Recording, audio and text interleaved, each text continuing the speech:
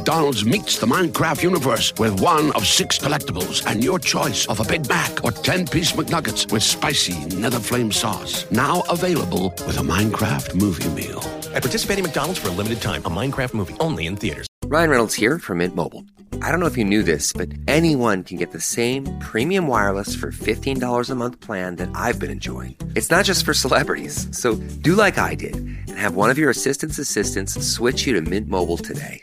I'm told it's super easy to do at mintmobile.com/switch. Upfront payment of $45 for 3-month plan, equivalent to $15 per month required. Intro rate first 3 months only, then full price plan options available. Taxes and fees extra. See full terms at mintmobile.com. This episode is brought to you by Indeed. When your computer breaks, you don't wait for it to magically start working again. You fix the problem. So why wait to hire the people your company desperately needs? Use Indeed's sponsored jobs to hire top talent fast. And even better, you only pay for results. There's no need to wait. Speed up your hiring with a $75 sponsored job credit at Indeed.com/podcast. Terms and conditions apply. Don't you love it when things are both easier and more affordable? Like when the rain washes your car for you. Or like when you save up to 10% by bundling your renters and auto insurance with USAA. Bundle with USAA and start saving. Get a quote today.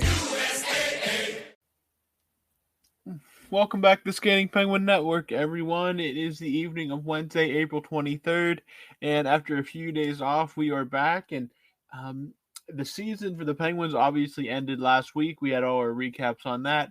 They cleaned out their lockers, but there was a bit of business to take care of this week. And on Monday, General Manager, President of Hockey Ops, Kyle Dubas met with the media for his end-of-season session. And before we dive into the quotes and quips that Dubas provided, as always, I am joined by Snail. This evening, he is out in Seattle. He was covered in paint about 10 minutes ago, but he is cleaned up and ready to talk some puck. But before we dive into the news and the games, Snail, how are things out your way? Busy, man. Busy. I was covered in paint. I was spraying an interior today. So basically, it's hot too. So it's like getting hot. So okay, I'm not wearing the full Tyvek suit. Fortunately, paint these days isn't as toxic as it was like 20, 30 years ago. It's mostly just water-based paint now, so I was covered in it. It's in my eyes. I wear a respirator, though, like a heavy-duty one, so got to protect that. But other than that, yeah, it just gets everywhere.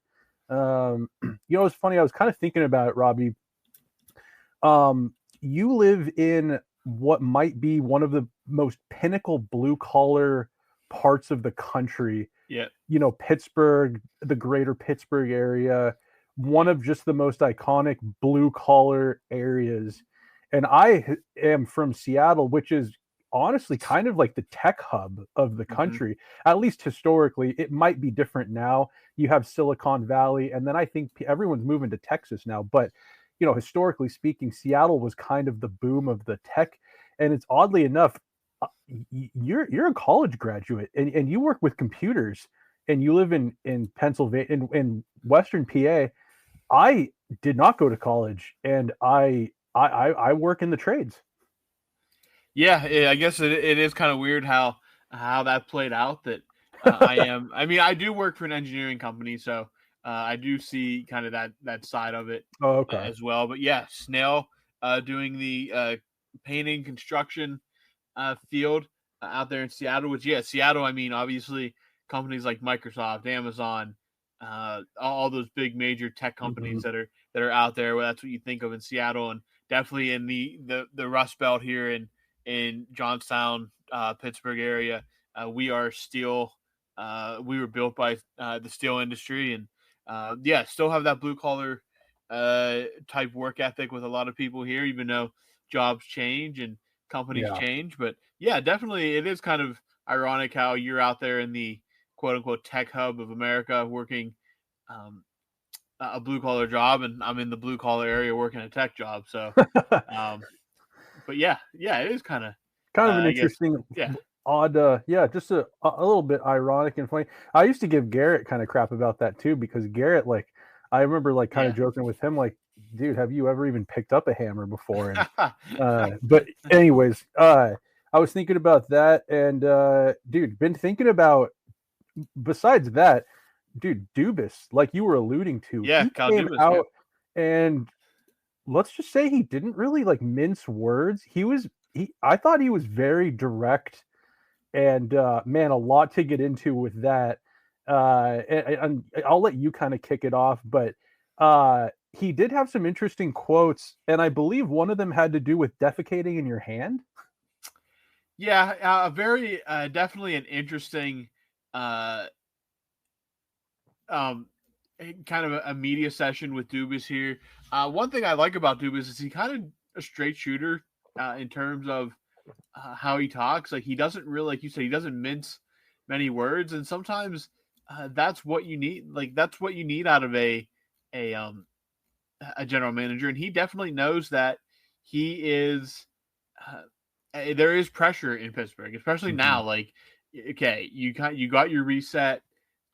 You know what the plan is. You've been talking about the plan, and now it's time to convert that plan into action, and that starts this offseason, basically. So, yeah, where are we at exactly? We have what I took away from the So I'm going to try to find the exact quote that he had, but he kind of did not go high. He went low, kind of on Erik Karlsson. I like it though. Yeah, I mean, again, I think the ultimate takeaway is Karlsson's going to get traded. I think that is the kind of the where I am. Where after this Wait, did you say you took it as he's getting traded? I think he's going to be. They're going to attempt to move him this offseason.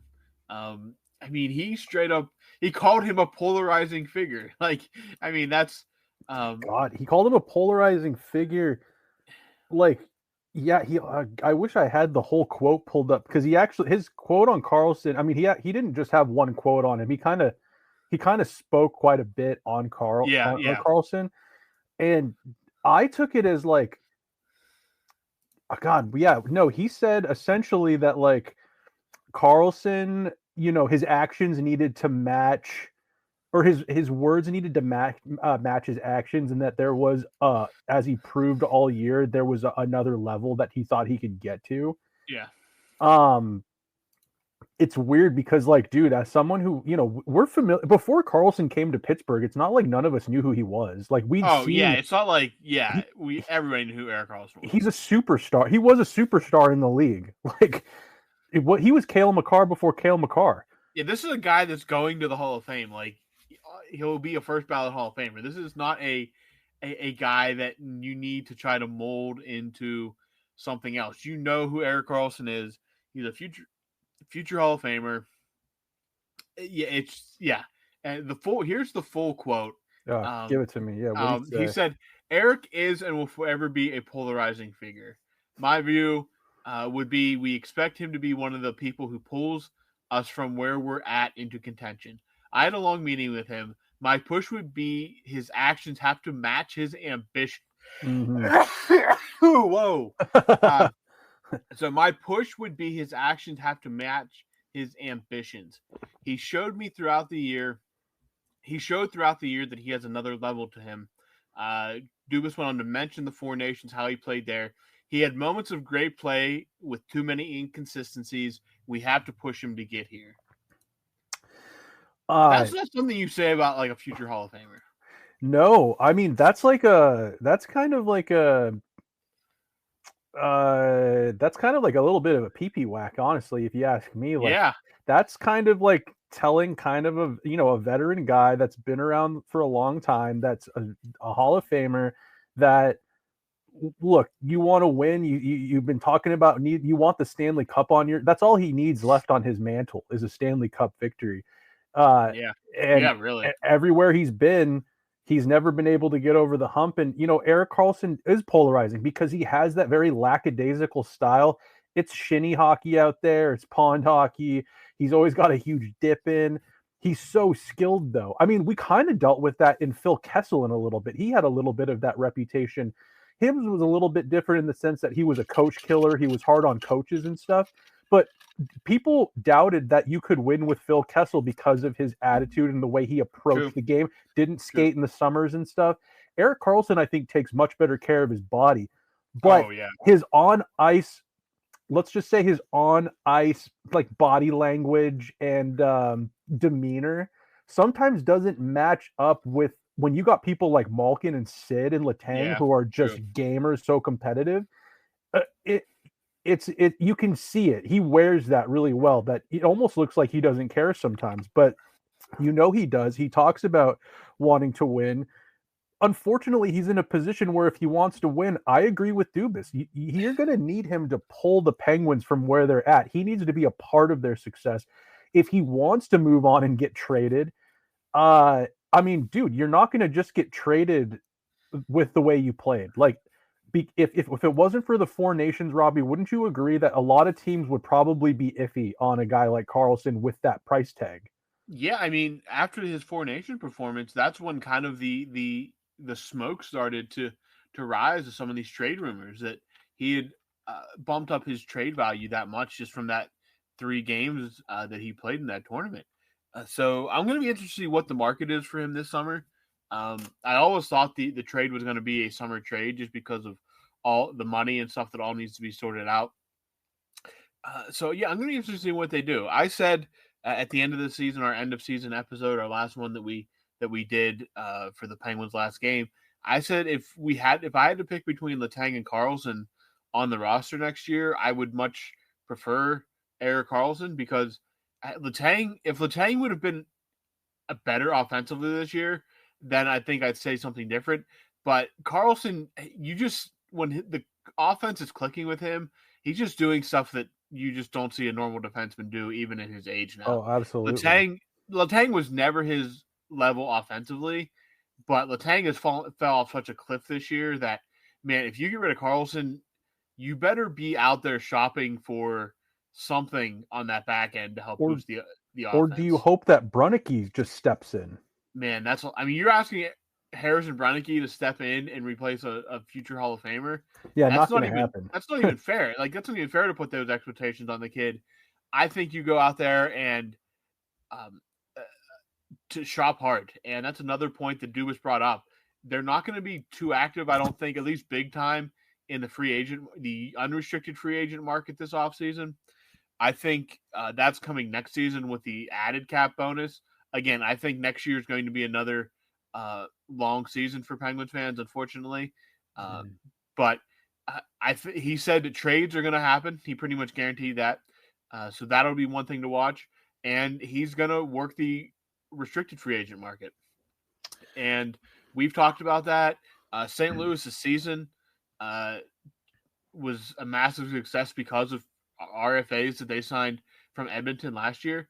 And there's going to be names out there. And Dubas, I think, is going to be willing to shop that market. And it's time we got some drama with the restricted free agents. You get one like every blue moon, kind of. You remember the Shea Weber one from the Flyers offered him that mega contract. Oh, gosh, that's going on, over 10 years ago at this point. Well over 10 years. 2012? It might have been. It might have been around the Ryan Suter. I think they maybe had to because they couldn't lose Ryan Suter and Shea Weber in the same offseason. Nashville. Yeah. They were the D factory out there, man. Yeah.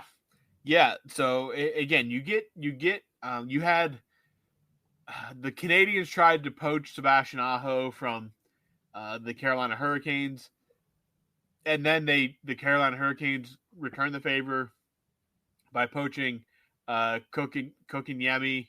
How'd that work out for you? Yeah, a couple years later with a massive deal. So I think it adds some excitement to the offseason, and I think Dubas can find a way to add good young talent at a reasonable price through the restricted free agent market. But it sounds like Dubas knows he's going to be busy, and something to look out for is what they're going to do with the restricted free agent market, because there's going to be some names out there. But if you're going to move Karlsson, you're going to have to do something to bolster that back end, that offensive production on the back end, because you can't just let that that amount of offense walk and expect to be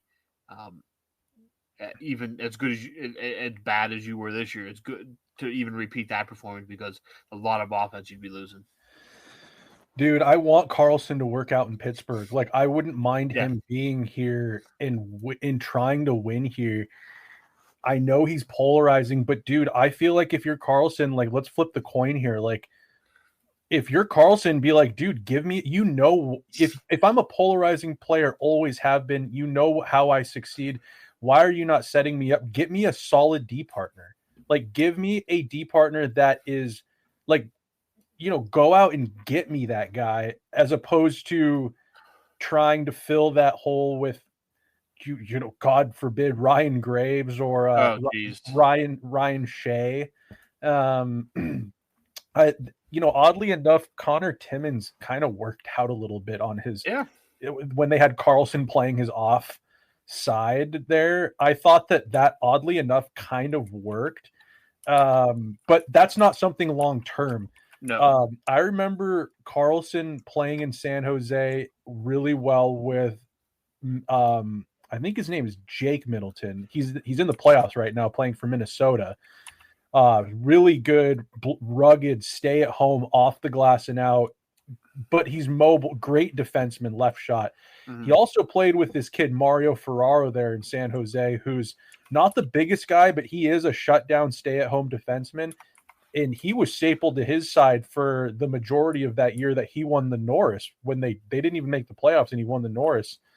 The D, we know here in Pittsburgh that it's like, dude, the D is a mess. They got a lot of guys. They don't have the left side looked different every other night, it felt like.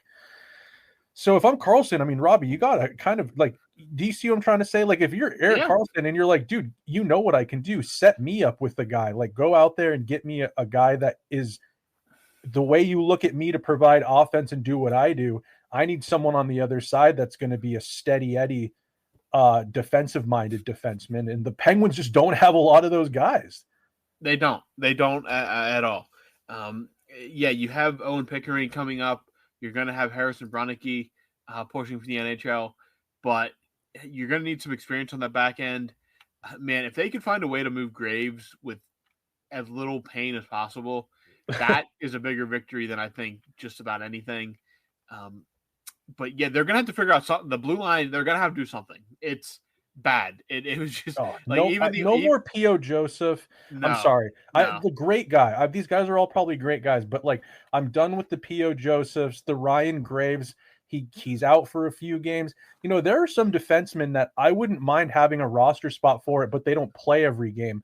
Like, I know Jack Johnson, the experiment in Pittsburgh, he became the whipping boy quickly. But like, if he's like your seventh D, like, I don't mind a veteran like him being the seventh D, or Chad Ruhwedel being the seventh D. Or, they did it in Colorado with that Curtis McDermott a lot. He's a tough customer, and he can play defense, but he's not the guy you want out there in the biggest situations. Ryan Graves doesn't even serve as a seventh D that great. You know what I'm trying to say? Like, when he's not an NHL defenseman. I don't think he's an NHL defenseman anymore, and that's crazy to say because the guy has played on some quality teams, and he's never won. But like, man, when they signed him, I don't think any of us had any idea he was going to look like in a Pittsburgh jersey. I didn't expect it to be this bad. Neither did I. I didn't necessarily wasn't thrilled about the contract, but I didn't expect him to be basically on. You can't put him on the ice. It's bad. Trust him anywhere. No, you can't, and that's unfortunate. They again, there's so much from that first summer that I think if Dubas could go back, he would obviously redo in a heartbeat. Obviously, the Graves contract and the Jari contract as well would be two big mulligans I'm sure he would take. But, I mean, if they can move Graves with as little penalty as possible, then we'll call it a win and move on from that. As for the goalie, Dubas didn't say – again, Dubas isn't going to show his hand when it comes to this, but he was quoted saying that he spoke to both Tristan Jarry and Alex Nedeljkovic after the season, and basically said, you guys are going to be competing with the young guys in Wilkes-Barre for your job next year. So that makes it sound like they're both coming back. Obviously, a lot of that could be smoke and mirrors from Dubas. You can't trust Dubas because sometimes he'll say, remember what he said about like Luke Shen? He's like, we want him for his leadership. We like the player. And he was gone. Yeah. He was gone 20 minutes later. Yeah. He was also going back to Toronto. No questions asked. And a week later, he was the Pittsburgh Penguins general manager. So that's exactly right too. So he does like the smoke and mirrors, but dude, if it was between not having Ryan Graves on the roster next year and not having Tristan Jarry on the roster, which one are you taking with the lowest like both of them equally low penalty? Which one would I rather not have on the roster or rather have on the roster? Which one would you rather be rid of? Oh, Ryan Graves. Really? Over Jarry? Yeah, I just think that Graves Jarry can at least be competent enough. Ryan Graves is just an absolute abomination every time he steps on the ice. It doesn't work. It's your defense is already bad enough. You're just killing, especially if you pair a young guy. If you pair a young guy with him, you're just going to ruin that kid's confidence, whoever it is. God, you're kind of right. I think because, and I was going to go the other way on this, but with Jarry, I think knowing you have Murashov, Blomqvist, and Philip Larson, that's what it is, right? Yeah. Knowing you have those guys that can push through and you can, you still got the money on the books, but some games you actually, Mike Sullivan has to look up and down his locker room and go, I got to put that guy out there and hope he has a game tonight. I would rather, because Jarry, we've seen it. You can make him disappear and go to the minors. It's Robidas Island, but in Pittsburgh. Yeah. I don't know who that would be in Pittsburgh. I don't know who the Robidas of Penguins is, but maybe Jarry is going to be him. Yeah. Jarry Island. You can't. I would rather have Graves. Like, God, give me Jason Zucker back or something like that. Like, I don't know. Give me fair. I don't know. That's fair. That is completely fair. So the quote that Dubas had that was really funny, he was asked about the future and stuff like that. And he said, you can have hope in one hand and shit in the other and see which one fills up first. Wow. Yeah. What that means. Exactly. That must be an old Sault Ste. Marie, I don't know, word to the wise or something. Because I'd never heard that before. Yeah. But other than that, it sounds like Mike Sullivan's going to be back, which we both kind of agreed was probably the right course of action. I did see that a lot of Ranger fans were hoping that they could get Mike Sullivan. Does not appear. I saw a report before I got in the shower today that Tortorella is going back to New York. That was unconfirmed. They said that it is unconfirmed. Yeah, they did sign Chris Drury to a multi-year extension though. So that is wild. That is wild. After everything we've seen, how you can look at what has been built and say, you know what, we need more of that. I mean, it's just been a mess there, and I'm not a Rangers fan. I hope that they make all the bad trades, but as a hockey fan, looking at what they've done, if I was a fan of that team, I would just be devastated because, I mean, dude, from the mishandling of it started with Goudreau when they basically forced his hand. He wasn't the problem there either, which is just insane. Yeah. Their captain, how they handled their captain in Trouba. Yep. I mean, dude, that wasn't pretty at all. And I don't think he was necessarily the problem either. They've done a really bad job at developing. They had a first overall pick and a second overall pick. One of them is no longer with the team and having it's the end of the season now for them, but had good success with the other team once he was traded. And Alexis Lafreniere, the first overall pick that 1 year from the COVID bubble, I mean, that dude put up unreal numbers with Rimouski where Sid played. Yep. And he's shown flashes of being a really good winger, but I think that they sort of fumbled they fumbled the development of those young players. Hedl was another one of them. He's no longer in the organization. You've got JT Miller and you've got, what's his name? The Pittsburgh guy, not Frank Vetrano, the other one. Oh, Vincent Trocheck. I mean, Vincent Trocheck and JT Miller are great second or third line centers, I think, on a really good team. You're asking them to punch really high, you're asking them to punch above their weight, I think. Artemi Panarin, he's got some allegations against him. I think he's in bad. It does not look good for Artemi Panarin. I never liked the guy that much, honestly. Him and Kane made sweet music together in Chicago for a season. Zibanejad, I think, Robbie, you and I both kind of agreed on him. I think the wheels just fell off on him early. Like, I just don't think he's aging like a Malkin or a Sid or anybody. Like, yeah. I think he still got a wicked shot, but I think for a first line center, I mean, he got slow quick. Yeah, he completely felt like it started last year, and then this season he just straight up no showed for long points of the season. So. I think he's got term left on that contract. He does. But good news for the Penguins is they hired, they re-upped Chris Drury. So as a Penguins fan, hey, keep running that back.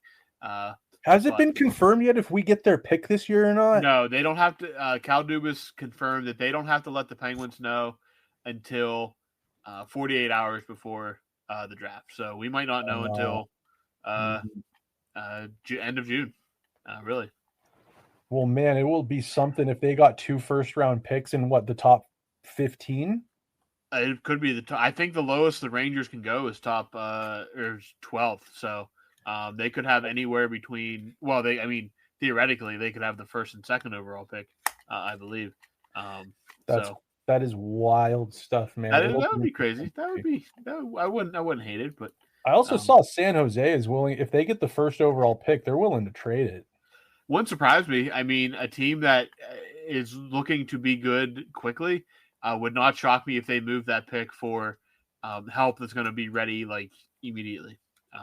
Raquel and Letang for a first overall pick. Oh gosh, wouldn't that be something? Raquel back to the West Coast, Letang. Well, I mean, there would be a lot of you'd have to convince them to waive the no trade clause for that to happen, but. I mean, San Jose is going to be good quicker than I think we all think. Also, dude, we didn't talk about it, but Letang had like a hole in his heart repaired. Yeah, Letang had surgery before the end of, I think he had it last Tuesday or Wednesday. He missed the game before that, and then he had surgery to repair a hole in his heart. He missed obviously the last game of the season, which wasn't. It had no weight on the outcome of the season, but yeah. This is not something that is new to him. This is something that I believe has led to or been a root cause of the strokes that he's had in the past. So, yeah, I mean, the guy trains like a maniac. How he's done it this long while going through the health issues that he has is a pretty remarkable statement on what he's done. So, it sounds like everything is good. Sounds like he will be cleared in 4 to 6 weeks to resume whatever activities he is currently on leave from. So it sounds like everything went well and he is healthy, and it's just more of a I guess as routine as a heart procedure can get. Dude, for a hockey still player. scary stuff, man. Yeah, with his absolutely. history and all that, like you gotta I commend him for just continuing to stick with hockey and all of that. I think it was in 2016 or 17 that he had the stroke. I think it was 2016 with the stroke, because I think 2017 was the neck injury. Was the neck injury? Yeah. Was 2017? I'm trying to remember. 2017 was the neck injury that kept him out for the rest of the season. Was that the hit from Callahan? Might have been. I can't remember exactly. That might have been 16. I don't know. Either way, because, dude, I remember in 2016, I thought it was crazy that he was going to come back and play after his stroke and everything. Like, I remember thinking it was crazy that he was going to keep playing hockey. Then that was almost 10 years ago. Yeah, it goes fast, and it's pretty remarkable what he's gone through to be able to keep playing hockey. Yeah, but do you, if you're managing the team, the last thing you want is a Jay Bouwmeester scenario happening in a game. Yeah, Jay Bouwmeester, Rich Peverly. Yeah, him too. I mean, it's terrifying.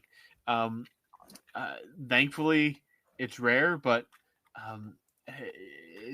it's probably going to happen again at some point. I mean, do you ever step in and say, dude, it's time to... Yeah, I'm sure there's been conversations had.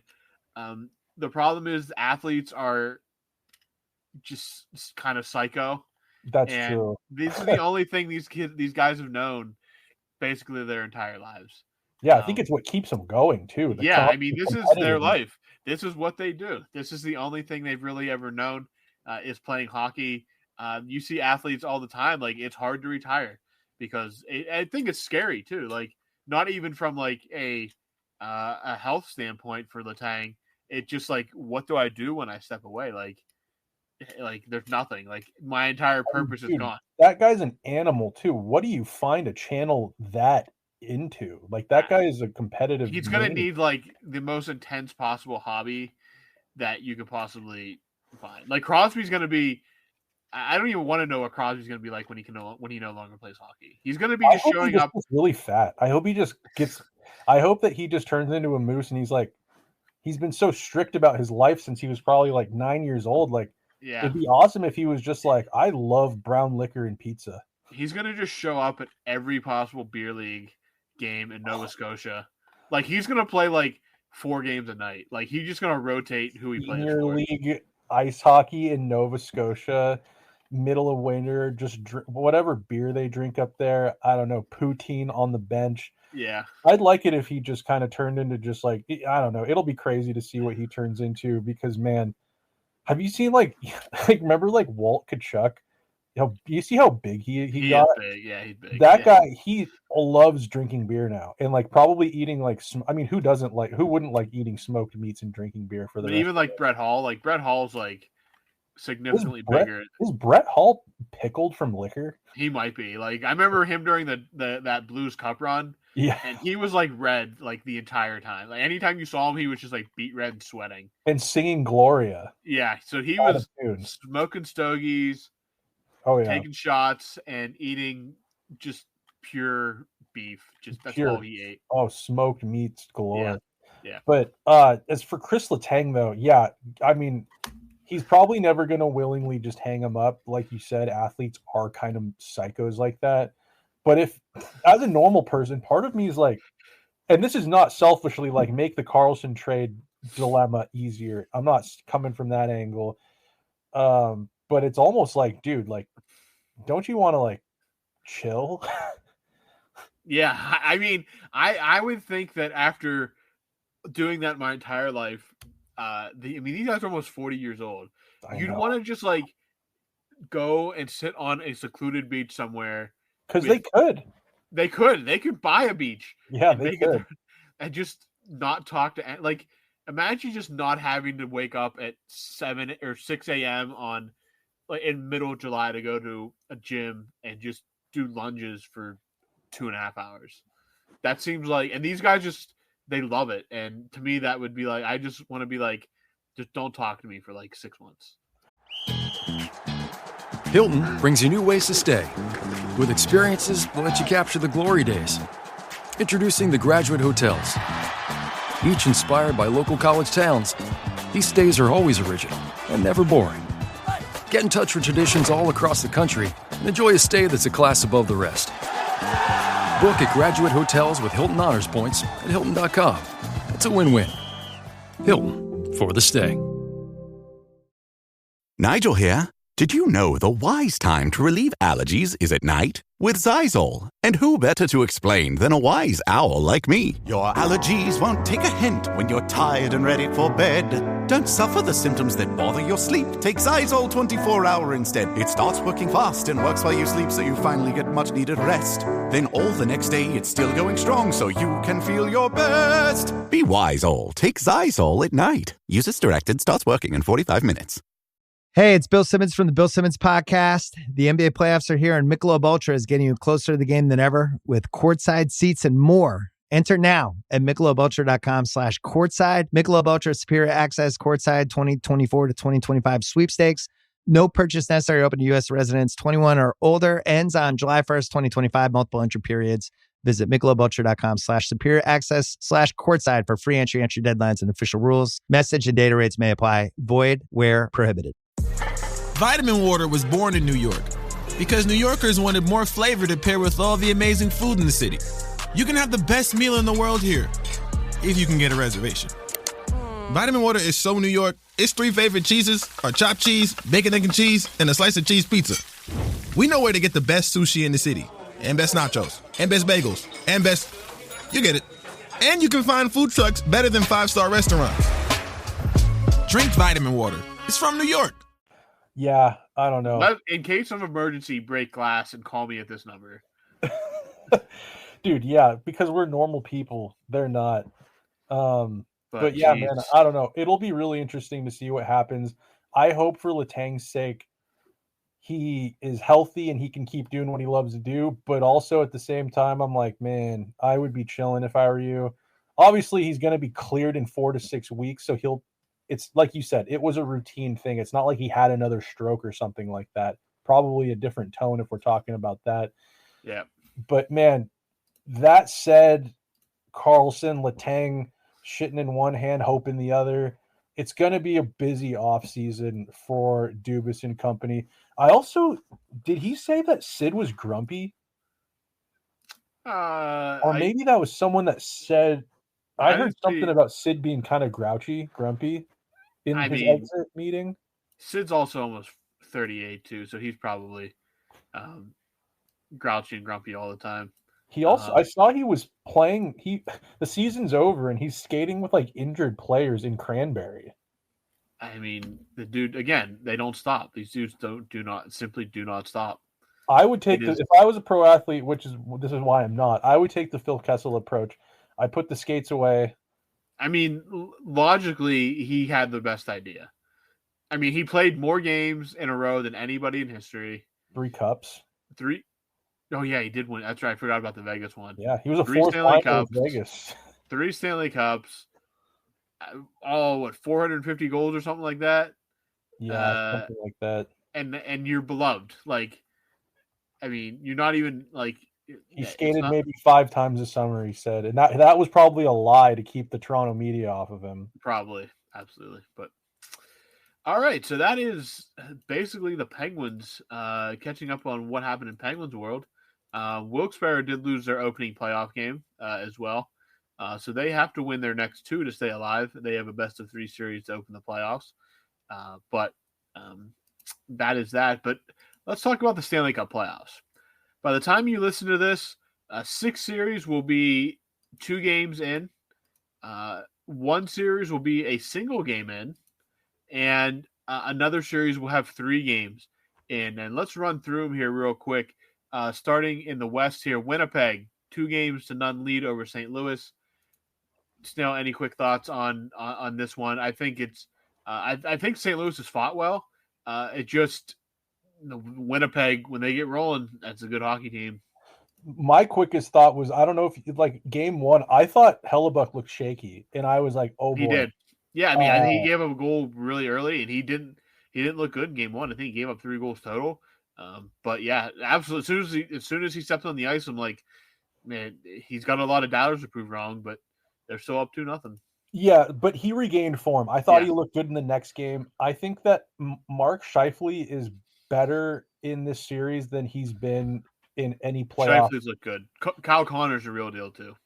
Kyle Connor's always been the real deal, but I feel like with the stepping up of Scheifele, who's playing like, I think this might be the best hockey I've ever seen Scheifele play. We've known he's a great player, but in the playoffs, kind of quiet. He's no longer behind Wheeler, and he's no longer behind who's the other guy? Maybe it was just Wheeler. Wheeler was the captain, wasn't he? I think so, yeah. You know, they had they've had an interesting mix of players there at time. Remember, they tried Dubois to be a big one of the, you know, he was supposed to be like a first or second line center for them. That didn't end up working out. It's just been, you know, they had the coaching change. They had some like locker room drama at one point. Buffalin's not there anymore. Scheifele has like emerged as like he's not their captain, but he's definitely I think their lead by example guy right now. So, anyways, quickly just I think Winnipeg looks like they look dominant. St. Louis, they're really missing that Holloway kid from Edmonton. Yeah. I think that I think St. Louis looks cooked, to be honest. Like I just don't know if they have the star power and the firepower to. It's going to be tough to keep up with Winnipeg. Winnipeg's on a mission this year. Again, the Blues needed a miracle kind of just to get in the playoffs. Yeah, they needed that miracle run. Again, they were playing great hockey, but man, Winnipeg definitely does look really good through 2 games in this series. The series is currently playing Game 3 as we record this. Dallas and Colorado. Whatever it is, when we wake up in the morning, one team will have the advantage. But as we record this, it is 1-1. They split the first 2 in Dallas. Colorado kind of romped in Game 1. Game 2, Dallas bounced back in overtime. All in all, Snail, my takeaway is Dallas did even the series, but Colorado just comes at you in absolute waves. I just, especially Landeskog came back for Game 3. I still think this is Colorado series to lose. I think so too, because I think that my big thing is, Nate McKinnon's been good. Cale Makar's looked great per usual. I think that Brock Nelson and Charlie Coyle are good players that are fitting in well there. I still think there's another level for Colorado. Like you haven't even had the Cale Makar game yet. You haven't had the Nate McKinnon game. You haven't even had those you've had production from them, but you haven't had that, like classic Nate McKinnon or Cale Makar type game where they just take a game over. I still think that that's to come. So I think Dallas is they're going to exchange blows for sure. But I like you said, I think this is Colorado's to lose. Yeah. Kind of the same boat there as well. Another 1-1 series out west. The Vegas Golden Knights and Minnesota Wild split the first 2 in Vegas. Vegas takes Game 1. Minnesota bounces back for a big Game 2 victory. Dude, tale of two games, man. Tale of 2 games, absolutely. Winnipeg went up 4-0 in Game 2. And this was a series I saw people taking Vegas in 5, Vegas in 6, Vegas maybe sweeping. Nobody believed in the Minnesota Wild. Both of us picked the Minnesota Wild to win this series, and I think you saw why in Game 2. That team, they're maybe not a bunch of household names, but they just have damn good hockey players, and they're giving Vegas all sorts of fits. Well, I actually heard it said really well on the broadcast, and it might have been Callahan, who was the color guy in the feed I was watching. He said that they were a wild card team, but they aren't a wild card team because if you look at their record, when Kaprizov and Eriksson Ek went out, when they went down with injury, their record, they were the best team in hockey. Yep.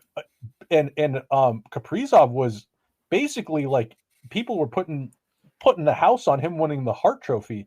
Then he got injured. He was on pace to be like a Hart Trophy candidate, Hart Trophy winner. And Eriksson Ek having a great season. They go down. They miss. I mean, Kaprizov missed most of half of the season. Eriksson Ek missed quite a bit of the season. Then when they came back, they just went back to dominating again. So they look like a wild card team record wise, but they simply aren't with those 2 guys in their lineup. I mean, Faber, you've got Jared Spurgeon, their captain. Yep. He's a great defenseman in his own right, but he's kind of a depth piece. Bogosian is a great piece, I think, still at his age. You've got that Boldy kid is a complete stud. Foligno, Jakub Trenin, tough guys that have a scoring touch. I think at least Foligno has a goal in the series so far. Hartman is a prick to play against and a playoff guy.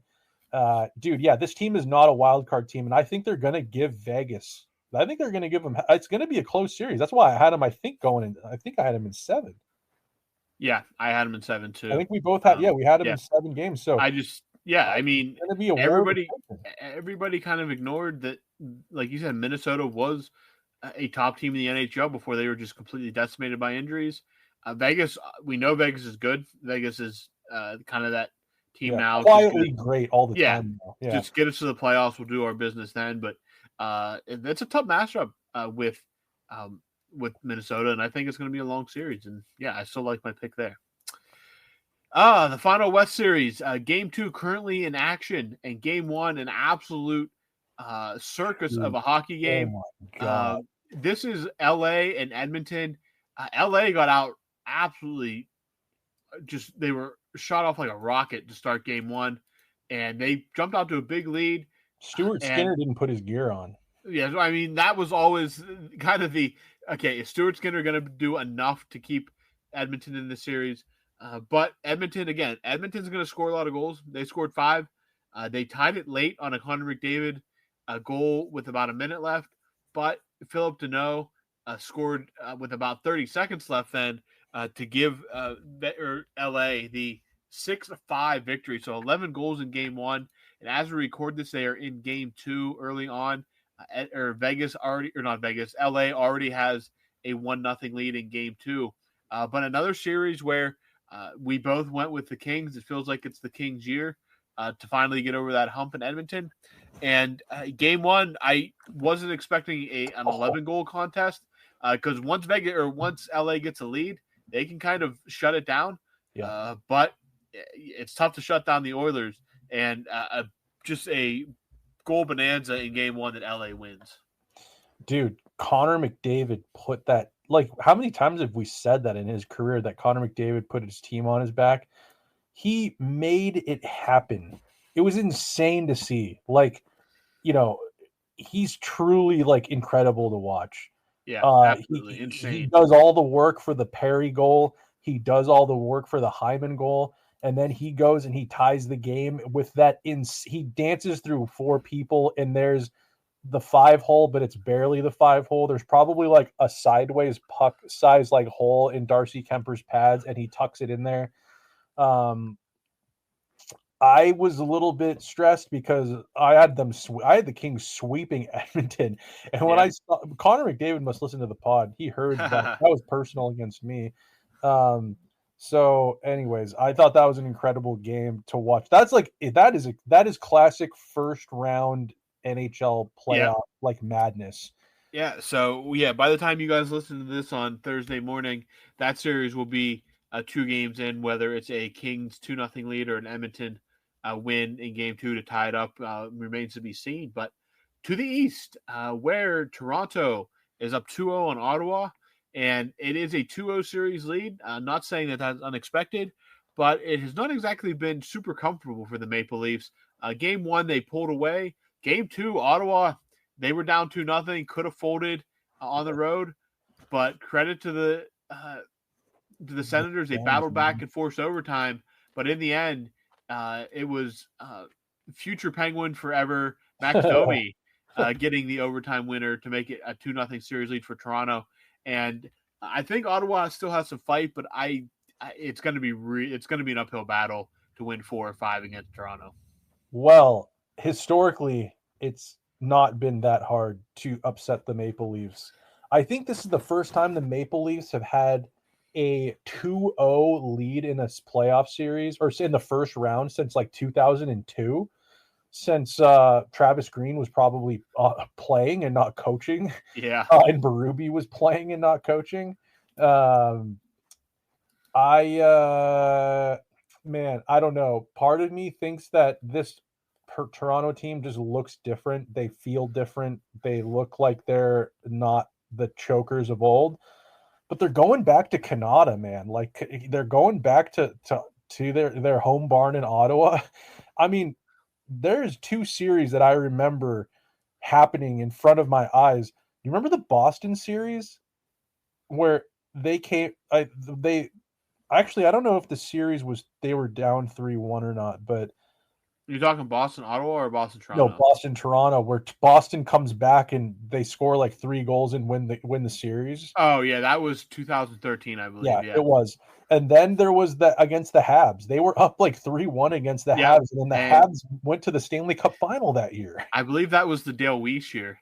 The Dale Weiss year. I believe that was they were up 3-1 or down 3-1, or Boston was up 3-1, and Montreal somehow just came back out of nowhere. Basically, what I'm trying to say is Toronto is, until they prove it wrong, they are never safe, no matter how many games up they are in a series. No, they will not feel comfortable until they have that fourth win in the series. No, they won't, and I don't. They think could be up anyone 4-0. They could be up 3-0 in the series, up 4-0 in third period of game It's still 4, not safe. and they are not gonna feel comfortable until they secure that fourth win. Absolutely. So yeah, I think that this series, I would. You think that Toronto's learned all these lessons over the last 9 years or whatever this core has been together? I don't think it's been 9 years. Yeah, maybe it actually has been. It's been No, it has longer than you been. think. I think. Well, yeah, Matthews was 2016 or 7. No, he was 2000. Was he 2017? He might have been, yeah. No, 16. Anyways, 16. whatever. Yeah. I think that Toronto's got to. They have to win one in Ottawa, or else it's going to get dicey. Yeah, absolutely. Moving on, the series that started the latest, Tampa Bay and Florida. Everybody riding Tampa Bay in this one. Oh my God! It just did not feel like it did not. Yeah, two teams going kind of opposite directions at the end of the season. Tampa Bay being a sneaky pick for the Stanley Cup final. What happens in Game 1? Florida flattens them. I believe it was 6-2 in Game 1. Matthew Tkachuk returns to the lineup for the first time. His first game for the Panthers since February 8th. Scores a goal. Jake Gensel does also score for Tampa Bay, keeping up his insane playoff scoring numbers. Yeah. But Florida, listen, I still like Tampa. I think they're going to pull this one out. But Florida is not letting go of the crown easily. They're not going to be a walk in the park for whoever they play, and right now it's Tampa. So good luck to the Lightning, because Florida got that taste of success, and they do not plan on going back. No, they got a bunch of dogs on that team, man, like Sam Bennett, Tkachuk, Brad Marchand is on that team now. Yeah, dude, this is not going to be an easy series either way. I did not see that just shellacking coming, though. Honestly, no, I didn't see that happening. That was pretty insane. So, yeah, this is going to be one of those series that I don't think we're ever going to know what we're going to get that night.